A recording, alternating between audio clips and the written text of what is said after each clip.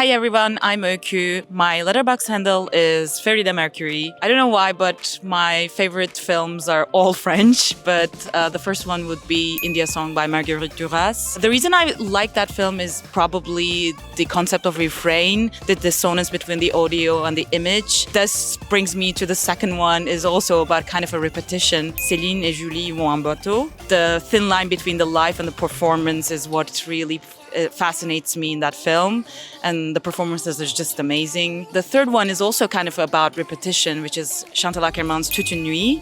This bodies and hotness of during the night, just people dancing and caressing each other. It's just like a really strong feeling that I feel in my bones while watching it. And the last one, and probably the most important one for me, is Chris Marker's Sans Soleil.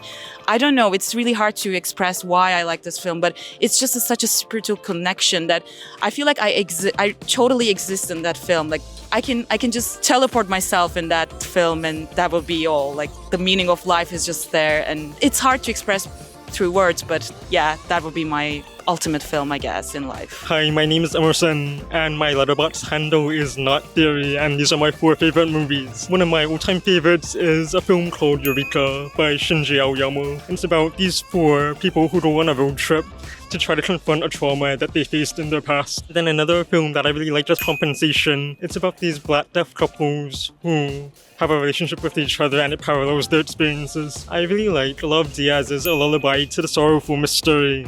It's a really long movie, but I love what he does with space and time, and his beautiful use of black and white cinematography. Good Men, Good Women by Hu Xiaoshan. I think it's a great bridge between his early movies, which focus on rural settings, and his later movies, which are sort of like in urban environments. Hi, my name is Teresa. I'm co-editor of Slovak slow film magazine called Ponton. My Letterboxd handle is Prelude. Meetings of Anna by Chantal Akerman is a film that means a lot to me. I kind of felt seen, but I love everything about it, from the sound of her shoes, color palette, framing, and symmetry. Such a beautiful formal control. Woman of the Gangs with Marguerite Duras is like experiencing 3 films at once. I want to put something lighter in here, and that's Green Ray by Eric Romer. And the last one is the film that moved me the most recently, and that's Straub's Artemisny. I started watching Julia and Straub's films just this year, and I feel obligated to mention them because I'm obsessing this year. Hi, I'm Esme. My Letterboxd handle is Esme Part 2, but the 2 is like Roman numerals II, so people think it is a party, which it is not. Mimi and St. Louis #1, my favorite movie of all time. It's a beautiful movie about how, like, in mundane life, there's as much melodrama and beauty and tragedy as like the most dramatic movie ever. And Judy Garland, greatest of all time. Opening night. My favorite Cassavetes, obviously Gina Rowland's the best. And then we have the heiress, Olivia de Havilland. Mostly had to be like Errol Flynn's boy, you know, she didn't get to do much. And this is like a beautiful melodrama of like a woman's coming to consciousness of her place in the world and doesn't get much from it.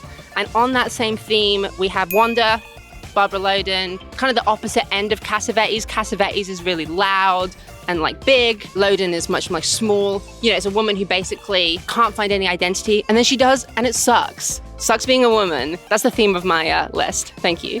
Hi, my name is Enna, and my Letterboxd handle is @En Alvarado. Gertrude. It's Carl Theodor Dreyer's last film. It's a heartbreaking portrait of an older woman who falls in love with a young man.